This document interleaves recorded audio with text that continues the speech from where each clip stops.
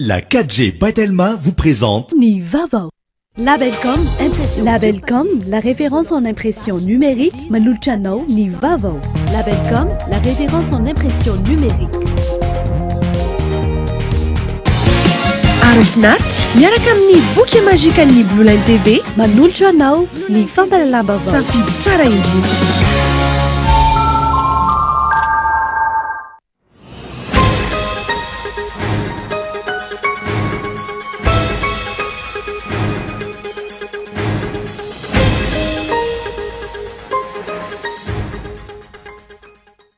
Nodimandry ny Zoma Alina teo amin'ny fahavalopolo taonany ny sekretera jeneralin'ny firenena mikambana teo aloha Kofi Annan. Nahazo ny lauréat du prix Nobel de la Paix ny taona raisy roa arivo, diplomate ghaniana, isan'ireo afrikanina voalohany ny tanàndraikitra ambony teo amin'ny firenena mikambana. Misy mihevitra mihitsy eto amin'ity firenena ity fa mora manadino sy bado avokoa ny vahoaka malagasy ka mbola mirehareha sy mieboebo hiatrika fitsaram-bahoaka amin'ny alalan'ny fifidianana ihany. Inona fa tsy mila fahantrana iampy sy alalana intsony ny malagasy fa ampy azy izay 5 taona nitondran'ny mangidy indrindra izay. Mila fanatsarana sy fandrindrana ny tontolon'ny fanabeazana eto Madagasikara hoy ireo mpanabe. Tsy mijanona eo amin'ireo mpampianatra sy mpanabe fotsiny ihany fa miainga avy any amin'ny fotodrafitrasa sy ny fandaharam-pianarana. Nitrangana fanafian-dalo tany amin'ny distrikany Antsalova Omaly izay nanamparany ireo Jolay ny fahefandratsiny. Trano 12 no may ary maro no naratra mafy vokatry ny tifitra nataon'ireo Jolay izay nirongom-basy sy fitaovana mahery vaika tsy ampy araky ny isan'ny vahoaka intsony ny mpitandron'ny filaminana miasa. Tsy manaiky ny anantanterahana fitaom-pisaonana sy fandevenana miaraka amin'izay karakarain'ny fanjakana italianina ny ankamaroan'ireo fianakaviana manana ny maty nandritra ny fianjeran'ilay tetezan'ny Morandi any Italia fa nehoana tsy fankasitrahana amin'ny fomba fandraisana andraikitry ny gouvernemanta no antony. Ny andindinindreo arahinao afaka fotoana fohy.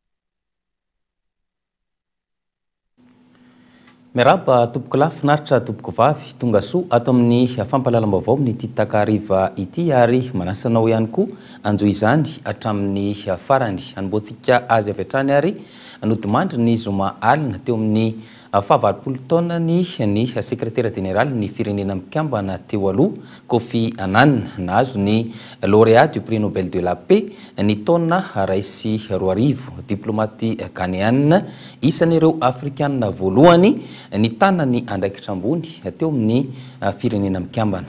Arao ary ny fanadidina. Ampahatairana no nandraisan'izao tontolo izao tamin'ity andro an'ity fa nindaosy ny fahafatesana teo amin'ny fahavalopolo taona ny sekretera jeneraly ny firenena mikambana teo aloha Kofi Annan. Araka ny fanambarana navoaka ny fondation Annan tao amin'ny tambazotra-tserasera Twitter ny Zoma Alina teo. Tao amin'ny hôpital Berne any Suisse no namony ainy ity diplomate sy reharehan'ny Ghana ary Afrika iray manontolo ity rehefa azo ny tsy fahasalamana tao anatin'ny fotoana fohy. Raha ny fomba fiasany sy ny lalana nizorany, isan'ny nametraka tantara teto Afrika izy ny alohany nandraisan'ny toerana maha sekretera jeneraly ny firenena mikambana azy. Nandritra ny tantanan'ny firenena mikambana, nahafantarany rehetra azy ny fahafehezany mandrindra ny toedra ramitranga, ny fitadiavam-baolana nandatabatra boribory isoroana ny ramandrika sy ny fifanafiana eo amin'ny samy firenena. Aminy, iray ihany ny mpono eto ambonin'ny tany ka tokony ahifandamina sy ifandrindra.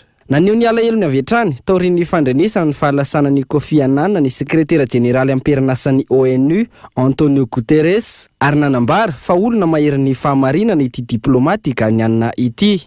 Samy nampiseho izay fijoroany amin'ny fiarovana ny fahamarinana izay avokoa ireo diplomate maro manerana izao tontolo izao sy ireo tompona andraikitra ambony eo anivon'ny firenena mikambana sy filoham-pirenena samihafa. Raha tsy ivona, teratany ghaniana ny Kofi Annan ary ny 7 aprily taona 2017 izy niteraka. Isan'ny nahafantarana azy ny fahafehezan'ny diplomasia. Olony lalàna ihany koa izy ary nanao politika ary ekonomista ihany koa. Nanomboka ny taona 2017 izy no niasa teo amin'ny OMS na ny Organisation Mondiale de la Santé. Teo ihany koa ny nitantana ny Commission économique des Nations Unies pour l'Afrique sy ny teo anivony hery vonjy-taitra ny firenena mikambana tany Ismailia. Ny alohany nitana no mahatompona andraikitra ambony sekretera jeneraly eo anivon'ny firenena mikambana teo anelanelan'ny taona 7 hatramin'ny taona 4 tamin'ny nialany teo amin'ity andraikitra ity sy nanolorana izany ho an'ilay koreana tatsimo Ban Ki-moon. Nilaza ny tenany fa mila vehivavy izao tontolo izao andray andraikitra eo amin'ny firenena mikambana. Ankoatra izay, nahafantarana azy ihany koa ny fitanana ny andraikitra émissaire conjoint ny firenena mikambana sy ny Ligue-ny Arabo momba ny raharaha tao Syria ny taona 2020 ka enim-bolana monja rehefa tsapany fa tsy nahefa ny andraikitra nampandraiketana azy izy nametra-pialana avy hatrany. Nahazo ny prix Nobel de la Paix ny 10 Desambra taona 2020. Reharehan'ny Afrika iray manontolo Kofi Annan verolomanga ary misaona izao tontolo izao amin'ny fahalasanany. Amin'ny tontolon'ny politika eto Madagasikara no anorizatsika ny fampahalalam-baovao misy mihevitra mihitsy eto amin'ity firenena ity fa mora ny manadino sy bado avokoa ny vahoaka malagasy ka mbola mirehare sy mieboebo hiatrika ny fitsaram-bahoaka amin'ny alalan'ny fifidianana ihany ironina fa inona fa tsy mila fantranana sy iampy izay fantranana ialalina izay ihany koa ny vahoaka malagasy amin'izao fotoana izao nandritra izay 5 taona ny aretan'ny mangidy tao anatin'izay fantrana lalina izay ny matonda atsoratry André Rarson no araintsika tao anatin'ity fanadihadiana ity. Taona 13 ka hatramin'ny taona 20 5 taona nitondran'ny vahoaka malagasy ny mangidy indrindra teo amin'ny tantarany. Tsy mbola niaina fantrana lalina tahaka izao ny malagasy. Tafakatra hatramin'ny 4,000 ariary mahery ny sandan'ny vola euro iray. Nanjaka tanteraka ny tsy fandriampalemana na an-tanan-dehibe na ambanivohitra. Porofon'izany ny tsy fiafarany ny fakana ankeriny. Miakatra saika ho isan'andro izao ny vidim-piainana sy ny vidin-tsolika ary ny herinaratra. Tsy ahitana vahaolana fa miverimberina saika isan'ny taona ny olana eny amin'ny anjerimanontolo sy ny tontolon'ny fanabeazana amin'ny ankapobeny. Ka taiza teo amin'ny tantaran'ny fanabeazana teto Madagasikara no nisy fanadinam-panjakana CEP nofoanana ka voaterina verina amin'ny fitoeram-panadinana maherin'ny folo. 5 taona nahitana endrika kolikoly avo lenta maro isan-karazany sy fanodikotinana volam-panjakana ka navoasaringotra ny mpanolontsain'ny filoham-pirenena mivady raha izay mamonjy Claudine raha tsy hitanisa afa-tsy izy. Teo koa ny raharaha tsy nahitam-baliny sy ny vokatry ny fanadihadiana izay natao azy ireo toa ny raharaha Antsakabary izay ny ministry ny mponina teo aloha Ontiana Realy no nanambara tsy nisy nanery fa afaka herinandro dia hiakatra fitsarana ity raharaha ity raha ny vahiny tany Antsakabary ny tenany tamin'ny volana Aogositra taona 17 Aiza ihany koa no niafaran'ny raharaha bombany poka ny 20 volana Janoary taona 20 Tauriny nanaovana fianianana sy ny tetsy mamasina tamin'ny fankalazana ny niverena ny fahaleovantena ka nisina ramandrika sy fahafatesana malagasy tamin'ny taona 20 Ny raharaha Anjorbe, Villa Elisabeth, Arboretum etsy Ambatobe, ny zone de recasement etsy Ankazomanga. Ampahany amin'ny endrika kolikoly avo lenta ihany ireo. Fa ny tena nisongadina dia ilay kolikoly natao tamin'ireo solombavim-bahoaka nampandaniana amboletra ireo lalàna fehizoro ifeny fifidianana ka nahatonga izao fifidianana mialohan'ny fotoana izao. Santionany ihany ireo. Mbola azo antenaina avita anarina ireo ve ny HVM sy ny firongony. Sy fampanantenana pokaty no betsaka finosina anatin'ilay vina fisandratana 30 Inona nefa fa tsy mora anadino ny malagasy ka hitsara azy amin'ny alalan'ny latsabato ho atao mandritra ny fifidianana amin'ny 7 volana Novambra ho avy izao. Izay no matoa datsoratra ny arana tamin'ny André Rarson fa eo amin'izay tontolon'ny politika izay hatrany dia miazakazaka ny fanaterana ny antota taratasy eny amin'ny ACC amin'izao fotoana miisa 17 hatreto ireo nanatitra ny antota taratasy filatsaham-pifidiana teny amin'ny ACC na ny fitsarana avo momba ny lalam-panorenana ny faraky amin'ny 20 ny volana Aogositra ho avy izao moa no ikatona amin'ny fomba ofisialy izay fametrahana ny antota taratasy filatsaham-pifidiana izay ary ny fa 20 ny volana Aogositra kosa no amoaka amin'ny fomba ofisialy ny lisitra ireo kandida ny ACC. Aroary ny fanadihadiana. Miisa 17 hatreto ireo kandida efa nametraka ny antota taratasy filatsaham-pifidiana teny amin'ny ACC na ny fitsarana avo momba ny lalam-panorenana hatramin'ity androany ity. Isan'ireo nanatitra androany ohatra ny filoha teo aloha Marc Ravalomanana avy amin'ny Antoko Tim, Seramato Eliana Bezaza ary Imbe Serge Jovial avy amin'ny Antoko Afima na ny Antoko ny fivoaran'ny Malagasy. 3 andro sisa ny fotoana nanan'ireo kandida ilatsaka ho filoham-pirenena amin'ny fifidianana ny 7 ny volana Novambra ho avy izao ametrana ny atota taratasy ny eny amin'ny fitsarana avy momba lalam-panorenana. Izany hoe ny talata faraka amby 20 ny volana aogositra ho avy izao no fe-potoana farany andraisan'ny ACC ny atota taratasy filatsahako vidiana. Ny fahenina amby 20 ny volana aogositra kosa no amoahan'ny ACC amin'ny fomba ofisialy ny anaran'ireo kandida. Aoriany no fahenina amby 20 ny volana aogositra anambaran'ny ACC amin'ny fomba ofisialy ny anaran'ireo kandida afaka mirotsaka io itoy amin'ny antsapaka izay ho laharana isalohan'ireo kandida ny anivon'ny seni. Miresaka any amin'ny faritra no anoizantsika ny fampahalalam-baovao tany mirefy 730 hektara ao amin'ny Amparibe commune Ambonivohitra Andranofotsy district ny Maroantsetra faritra Analanjorofo no ahodikodin'ny olombitsy any an-toerana araka ny fanambarana navoakan'ny collectif tany. Ponina amanjato ny araka izany no hovery fivelomana ka anaovan'izy ireo antsoavo amin'ireo tompon'andraikitra isan'ambaratongany. Iona saina no nanao ny fanadidina. Tanimbary, volila vanilina, jirofo, kafe, kijananomby ary fasana. Ireo rehetra ireo izay mitotaly 730 hektara ao Amparibe commune Ambanivohitra Andranofotsy district ny Maroantsetra faritra Analanjorofo ka sain'olom-boafidy sy manampahefana sasatsasany ao amin'ity tanàna ity ahodikodina araka ny fanambarana navoakan'ny collectif tany tamin'ny fiafarany ity herinandro ity. Olona avy amin'ny foko tany hafa no kasaina afindra amin'ity velara-tany ity raha ny fanambaran'ny collectif tany hatrany. Namoaka didy ny ben'ny tanàna ao Andranofotsy ny fiafaran'ny volana teo izay mandrara ireo mpamboly sy tompon-tany tsy handihy intsony ity tany mirefy 730 hektara ity. Ny tory anefa ny fokon'olona ka nandresy teny anivon'ny fitsarana raha ny fanambarana hatrany. Eo am-piandasana ny valin'ny fitoriana hafa napetraka izy ireo ny fokon'olona amin'izao fotoana izao no mahazo fandrahonana sy teritery isan-karazany raha ity fanambarana ity hatrany. Ararotin'ireo tompona ndraiky mpanjakana eny fotony ny mahasaro-dalana sy mitoka-monina ny tanàna ka anaova ny antso-tsay isan-karazany. Antony anaovan'ny collectif tany fanambarana momba ity raharaha ao Amparibe commune Ambanivohitra Andranofotsy district ny Maroantsetra faritra Analanjorofo ity. Pejy ny fampianarana sy ny fanabeazana kosa mila fanatsarana sy fandrindrana izay fampianarana sy fanabeazana izay eto Madagasikara hoy ireo mpanabe tsy mijanona eo amin'ny olana eo amin'ny mpampianatra fotsiny ihany fa mitohy hatrany amin'ny fotodrafitrasa sy ny fandaharam-pianarana ihany koa. Arahoary ny fanadidina. Maro ny fitarainana voaray manoloana ny fampianarana sy ny fanabeazana eto Madagasikara amin'izao fotoana.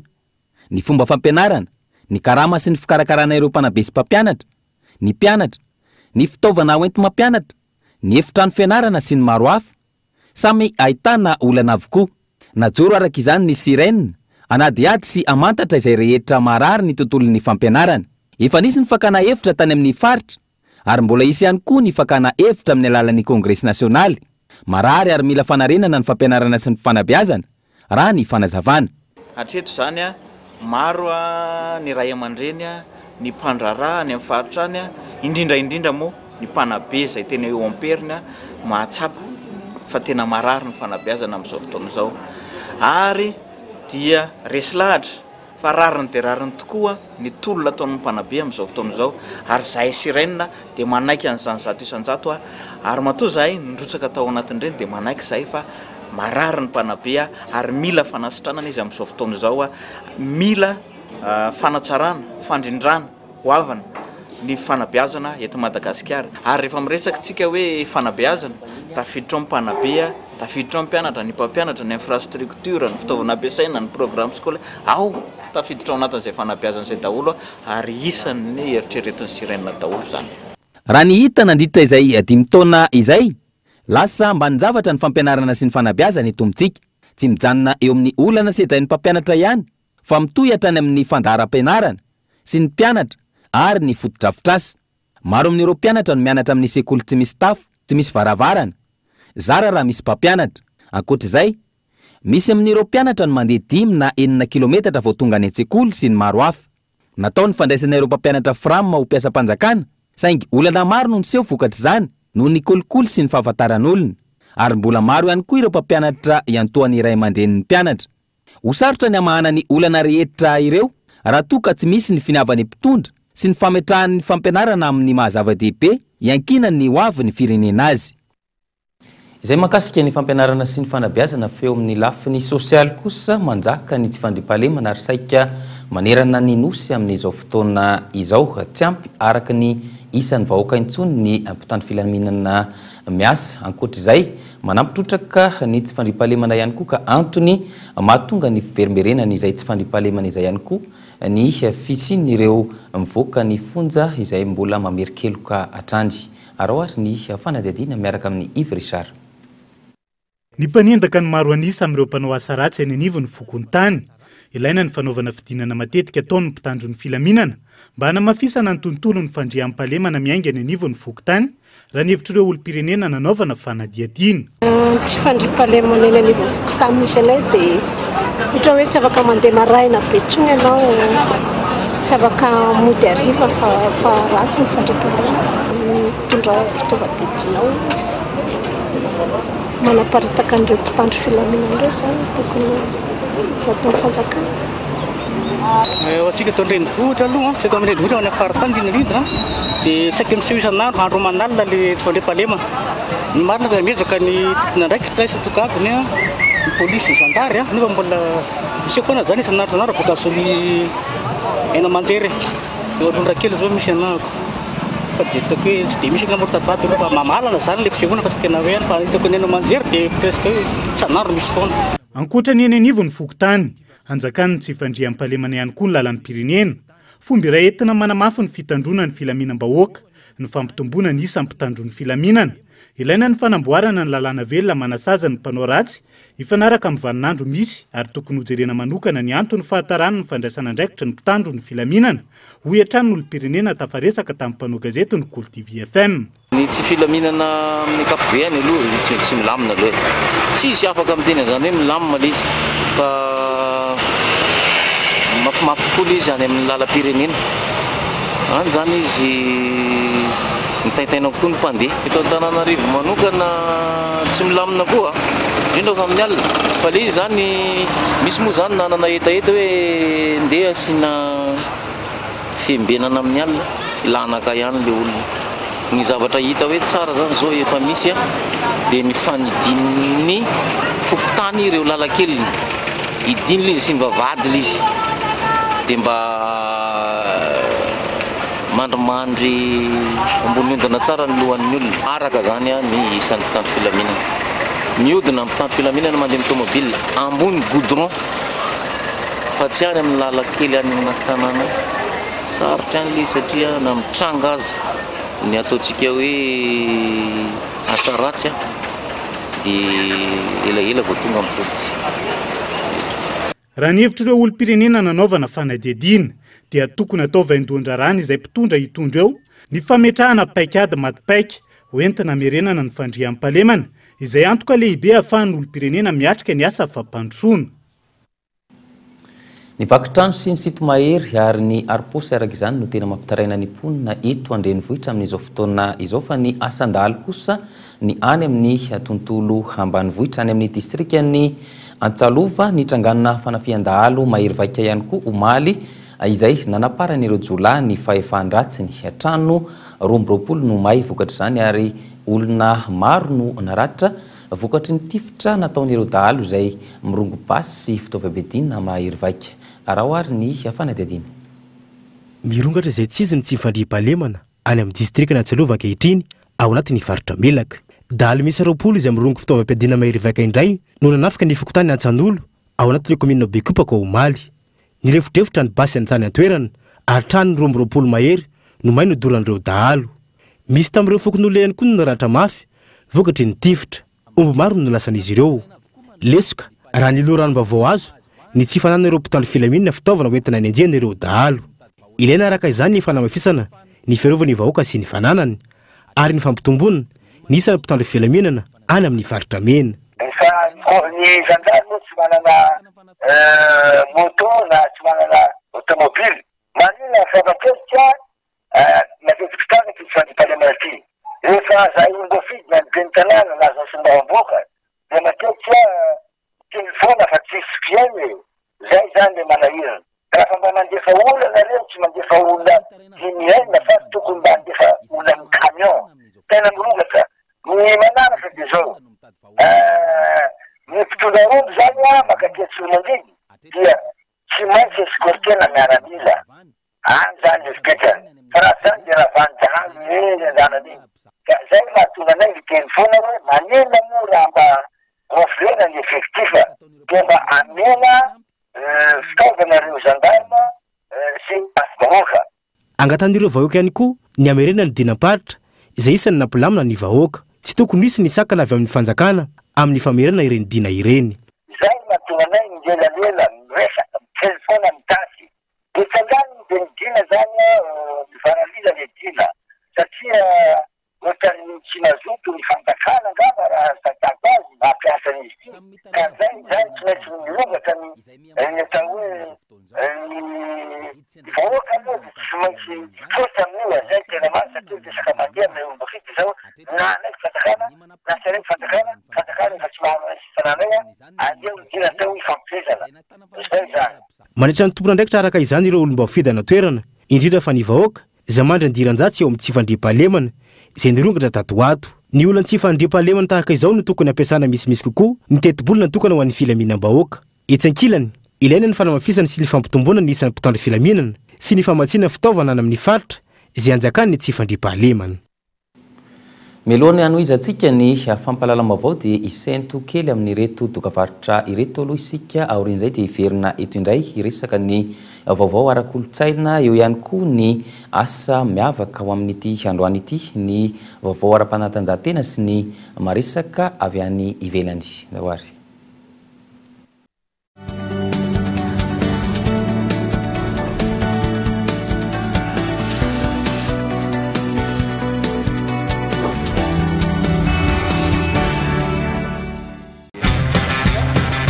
Oui, appel vers tous les opérateurs.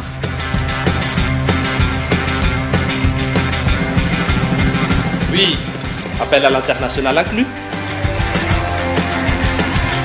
Oui, mes SMS, je ne les compte plus.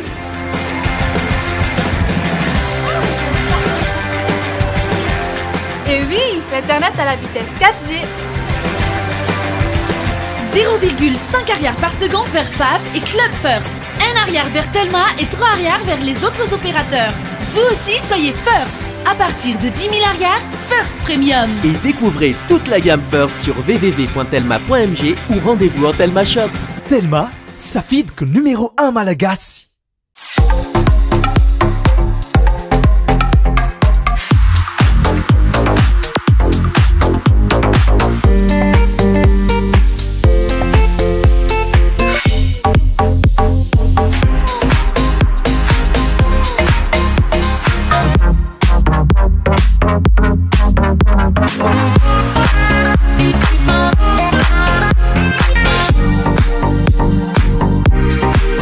Love chocolate.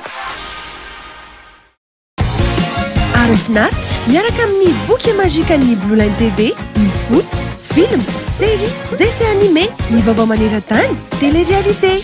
Araraoty, fa amin'izao fotoana izao dia 0 ariary ny décodeur raha maka boky magique mandritra ny 3 volana ianao. Ary rehefa mampiditra fahana mialoha dia mahazo bonus 7 andro be izao ahafahanao mijery ireo chaîne rehetra. Blue Line TV, safidy tsara indrindra.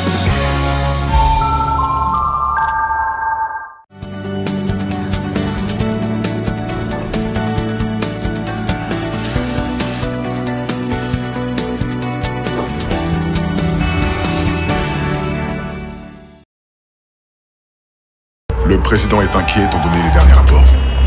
La cocaïne n'est plus réservée seulement à la jet set. Oh merde! La cocaïne est produite dans mon pays, mais elle est consommée aux États-Unis. En dépit de nos meilleurs efforts, de la cocaïne continue à entrer illégalement dans notre pays, et ce de manière inquiétante.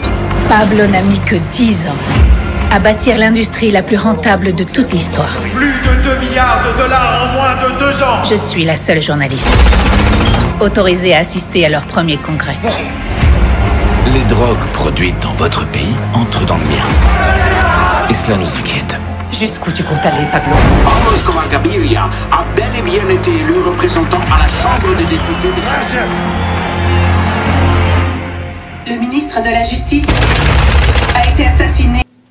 Araka izany dia ny horonan-tsary mitondra ny lohateny hoe Escobar no arahintsika eto amin'ny Kolo TV anio alina. Fa anohizantsika ny fampalalam-baovao kosa ny maresaka eo amin'ny pejy ny kolotsaina Kolotsaina iray mampiavaka ny faritra Amoronmany ny Volambedoaka ary faritra maro ao anatin'ny distrika efatra any an-toerana no mandray ny hetsika mihodina isaky ny roa taona ny hetsika ka ny distrika ny Manandrina no andray izany amin'ny taona ity ny 17 hatramin'ny 24 ny volana Aogositra ho avy izao.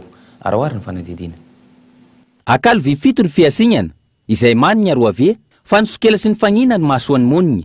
Io ny loha hevitra hoentina mandritra ny Volambedoaka izay ho tanterana ao amin'ny distrika ny Manandrina Amoronmany ny 17 hatramin'ny 24 ny volana Aogositra ho avy izao. Efa vonina avokoa ny fandraisana ny hetsika hoy ny solombavambahoaka voafidy tao an-toerana. Zany amin'ny fandraisana satria zay zao dia mikarakara mahakasika ny resaka rano fisotro zay efa misy moa zany mba olana andraisina ary azo antoka tanteraka mahakasika an'izay rano zay.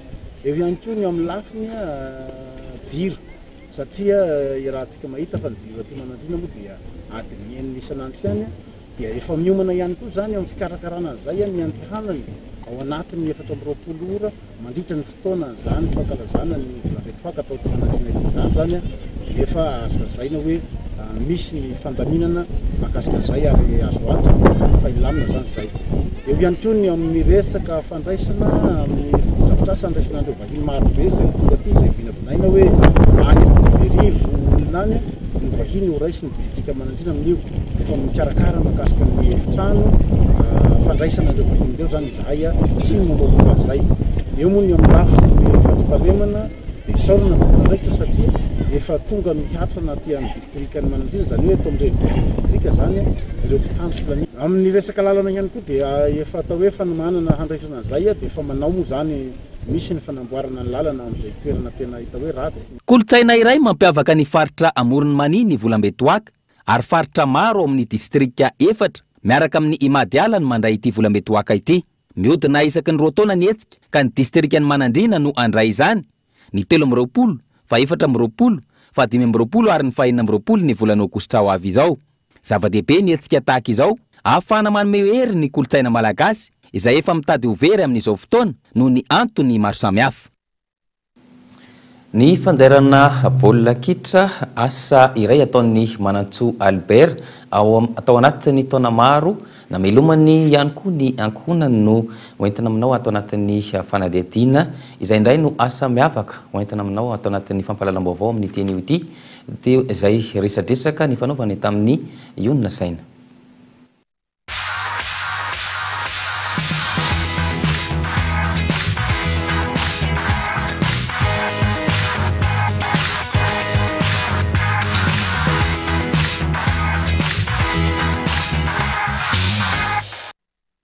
Baolina kitra isan'ny taranja-panatanjahantena ankafiziny saranga-taona rehetra. Rehefa miala amin'ny baolina sase miditra amin'ny baolina vita amin'ny hoditra. Izay no antony nandrisika ny Manantsoa Albert ny antsehatra tamin'ny fanjairana baolina no ity asa ity tsy mifidy vanim-potoana. 20 taona izao ny tenany no nanao ity asa ity raha ny fanazavany. Zay zao misy mpanatsa fatifatim-baolina mbola azo adapteny reny. Tsy dia moa zany ohatrany hoe occasion daholo ny anay neto fa tsy nalay ambo mba misy hoe avy any amin'ny sinoa fa ny ankabetsahana moa zany dia resaka hoe réparation ohatr'izao za zany efa ela ny asa tamin'ny confection dia maharaka an'le zaitra hoe hita maso le afenina. Hita maso moa zany dia iso zaitrana baolina hitanareo zao hoe misy izy arakaraka le pièce le panneau efa vita vazaha avany ny anday efa miafina avany ko fe dia raha atao zaitra gasy ary izy atao retouche dia miafina auto maka foana satria le panneau zany le panneau vita vazaha arakaraka le vita vazaha ny andafy foana zany le panneau dia arakaraka le fa avy tany mipotra ny kofehy avany dia mipotra koa izy zairina gasy aty miafina ny kofehy avany dia miafina koa izy zairina vita gasy aty. Fanjaitra, kofehy, savoka, lame ireo no isan'ny fitaovana ampiasain'ny Manantsoa Albert anjairan'iny baolina. Manomboka amin'ny 5,000 ariary ny fanjairana ny baolina eto amin'ny raha ny fanazavany. Asa izay mahavelona tsara hoy Manantsoa Albert. Eto moa le mipetraka eto manomboka maraina efa asa moa zany dia tsy maintsy miary zay.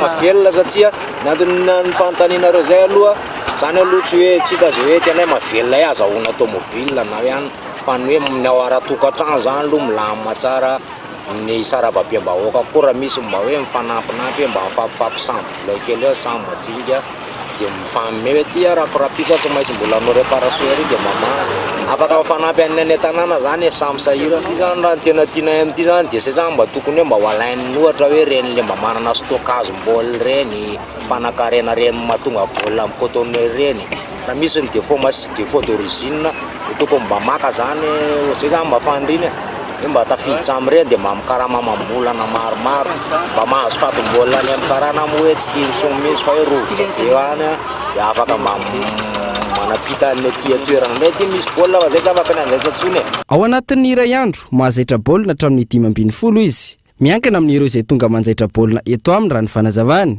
tsy misy ny asa ratsy fa mahavelona rehefa atao ampitiavana izay no afatry Manantsoa Albert.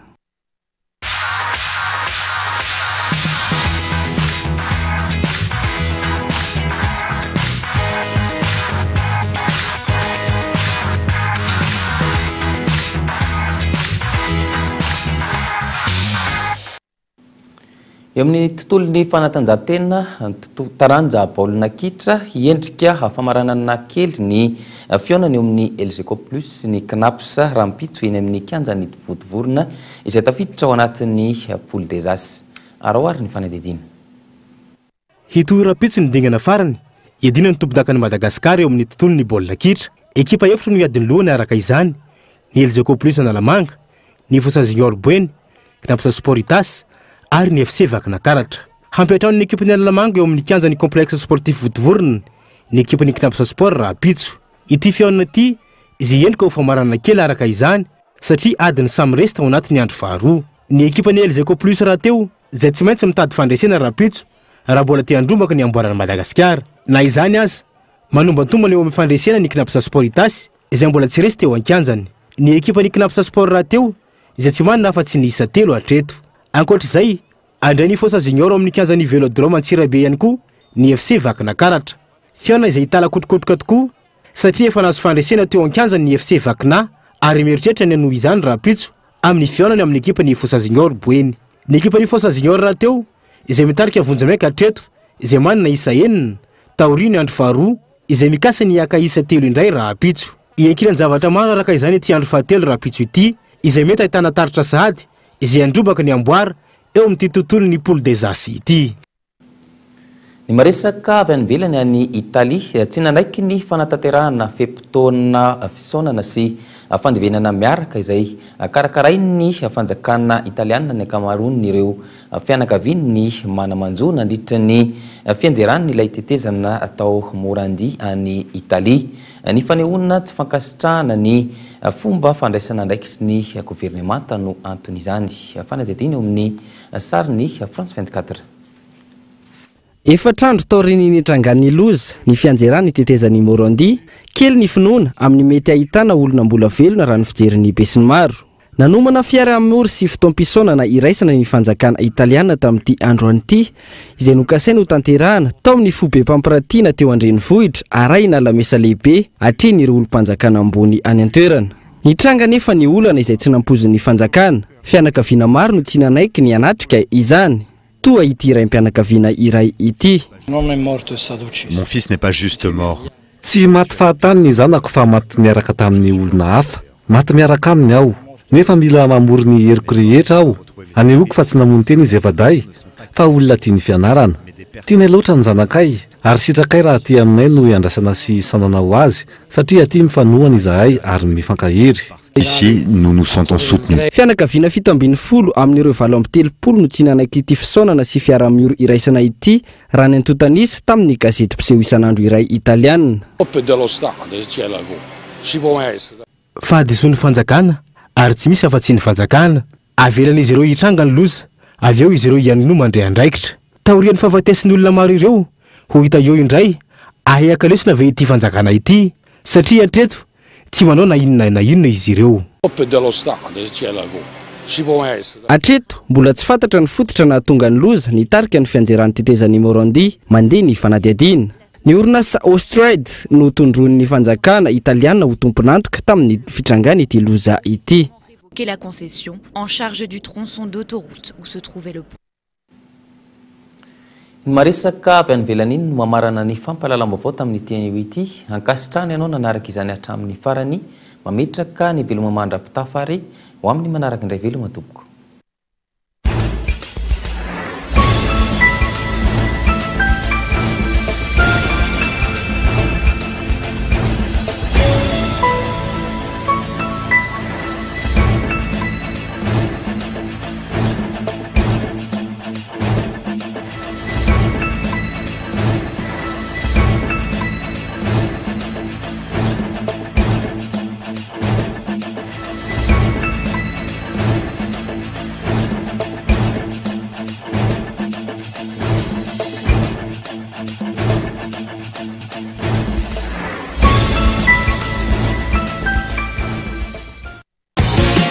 Arofinaritra miaraka amin'ny boky magique ny Blue Line TV narahinao teo ny fampalalam-bavao miaraka tamin'ny tsara indrindra. Labelcom narahinao teo ny fampalalam-bavao miaraka tamin'ny Labelcom, la référence en impression numérique. La référence en impression numérique. La 4G by Telma vous a présenté Ni Vavao.